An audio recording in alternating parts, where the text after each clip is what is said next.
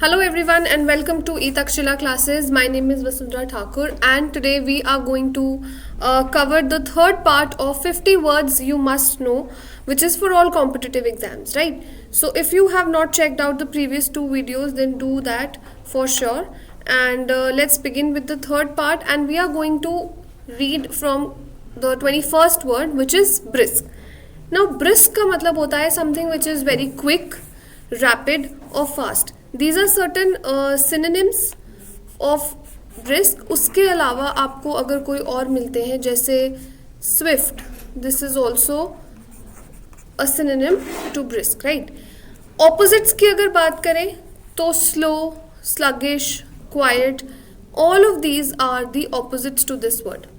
ठीक है, तो इस वर्ड का मतलब ही क्या होता है? Something which is very quick and fast in nature, right? Which is very rapid.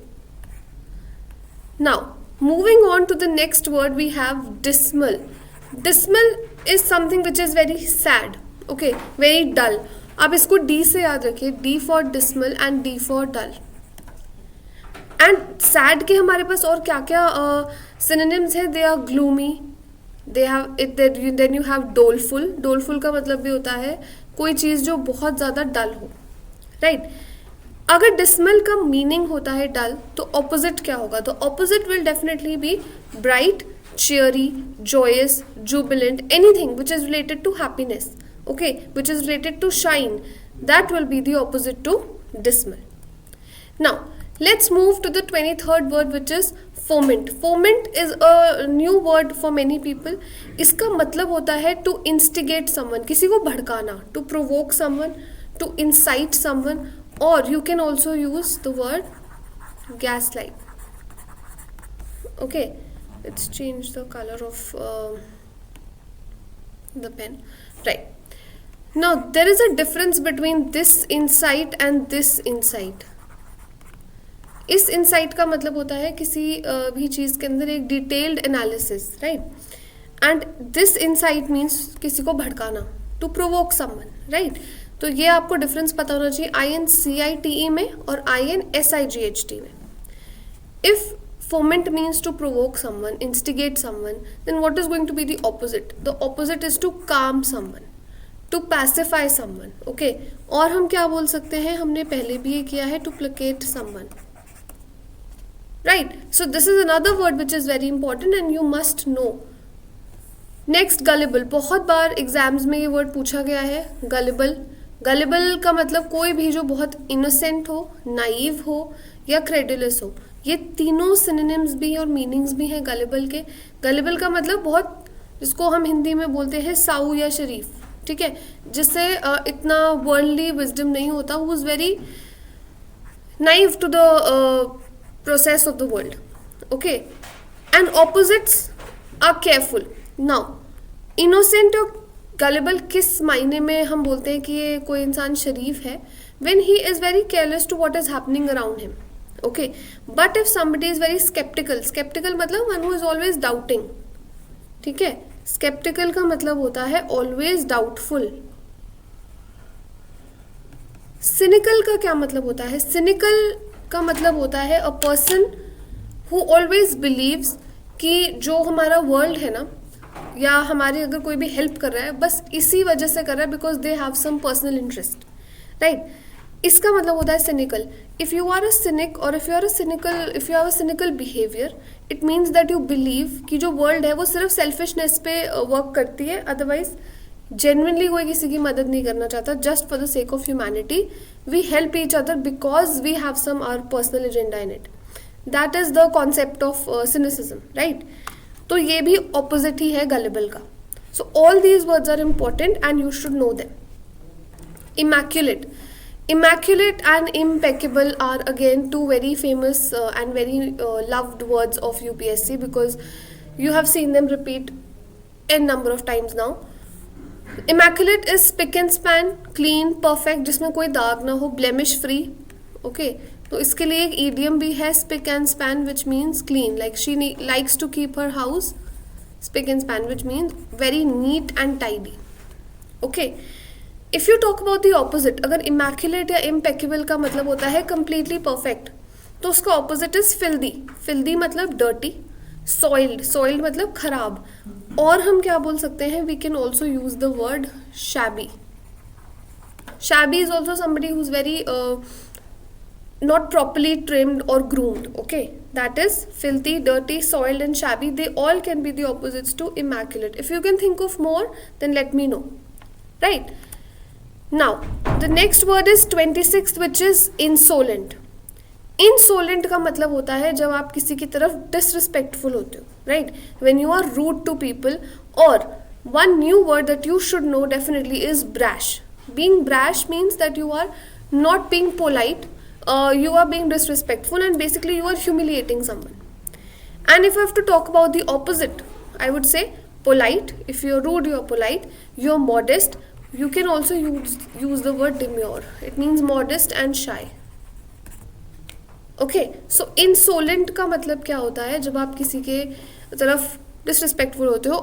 Insolent जैसा एक और वर्ड है इंडोलेंट. इसका however मतलब होता है lazy. Right, when you don't want to do any work, when you are completely sluggish, that is indolent. And insolent means when you are very rude to people. Clear? Opulent, अगर आप को वैसे थोड़ा बहुत general awareness अगर आप रखते हो तो कहीं भी जो बहुत अच्छे अपार्टमेंट्स बनते हैं वहाँ पे लिखा होता है ऑप्यूलेंस, ऑप्यूलेंस बिल्डिंग्स. ऑप्यूलेंस का मतलब ही होता है wealthy, rich, something which shows luxury. Okay, and similar is the word affluent. Opulent and affluent are synonyms to each other. Similarly, you have rich, you have wealthy, you also have prosperous. You can also use extravagant, but that is more near to luxury. Okay, यहाँ पे ये इसके synonyms है. और अगर कोई wealthy है तो उसका opposite definitely will be poor, easy. You can also use this word which is penniless. Okay, without a single penny, right? Opulent is another very important word because we have seen this repeat a lot of times in the previous year papers. So whether you're preparing for NDA or CTS, this word has repeated a lot of times. So make sure that you know the meaning of this word. Right? Now, another word that we are going to do is rebuke. इसके और इसके जितने भी synonyms हैं वो बहुत बार पूछे गए हैं. सबसे पहला है reprimand. ठीक है, किसी को बेइज्जत करना, डांटना, क्रिटिसाइज करना, ये सब रिब्यूक होता है. Humiliate करना. Scold, admonish, censor, all of these are the synonyms of rebuke. This word also, right? तो इसका ऑपोजिट क्या होगा? आप किसी को बेइज्जत कर रहे हो, किसी को डांट रहे हो, तो उसके ऑपोजिट में आप क्या होगा? आप किसी की तारीफ कर रहे हो, ठीक है, you are appreciating someone. So what is the opposite? It is praise, applaud and cheer. Right? These are the three opposites of this word. However, if you can think of more, then you can write them down in the comment section below. Now let's look at the last two words that we have for today. The first word is servitude. Servitude कहाँ से आता है? Service से. When you work for someone. Okay, but this servitude means slavery. When you are working or serving someone, that is servitude, यानी slavery, गुलामी किसी की. तो बॉन्डेज, सब्जुगेशन, सब का आपको मतलब पता ही है, alternate, right? When you have sub inspector, sub assistant, like that. Subjugation means when you are subordinate, आप किसी से कम हो रैंक में. ओके, अगर सर्विट्यूड इज स्लेवरी तो ऑपोजिट क्या होगा? Freedom, liberation, independence. When you are working for your own self, you are not under someone, right? Servitude पिछली बार आई थिंक एग्जाम में आया हुआ है या उससे पहले, but this is again a part of PYQ, so make sure that you have understood its meaning. Clear? Next is urbane. Now a lot of students get confused between urban and urbane. देखिए, urban का मतलब है जो cities में रहता है, urban population के साथ रहता है, urban areas में रहता है. You know there is urban and there is rural, गाँव, ठीक है. urbane का मतलब होता है जो बहुत सोफिस्टिकेटेड हो, कल्चर्ड हो, डेबोनेयर मतलब जिससे समाज में उठने बैठने की तमीज़ हो, उसको कहते हैं अर्बेन. तो एक ई से मीनिंग पूरा चेंज हो जाता है दोनों वर्ड्स का. Urban is a person who dwells in urban areas, in cities. Urbane is a cultured और सिविलाइज्ड पर्सन, ठीक है, जिसे उठने बैठने का तरीका हो. Opposites however of urbane are uncouth और बूरिश, जिसे जो अनसिविलाइज्ड हो, जिसे तरीका ना हो समाज में बैठने का, जिसे एटिकेट्स ना हो, right. So uncouth and boorish both are important words because we have seen them in a lot of competitive exams, be it defense or any other form of exam you're preparing for. So uncouth is a very important word. Boorish बहुत कम पूछा गया है, but आपको ये पूछे मतलब आपको पता होना चाहिए. Uncouth is very important, right? So I hope you have understood the difference between urban and urbane. With this, we have come to the end of today's session, and I hope you have learned these 10 words, and आपका AFCAT का preparation भी अच्छे से चल रहा है अभी. So we'll see you another time. Thank you so much and good luck.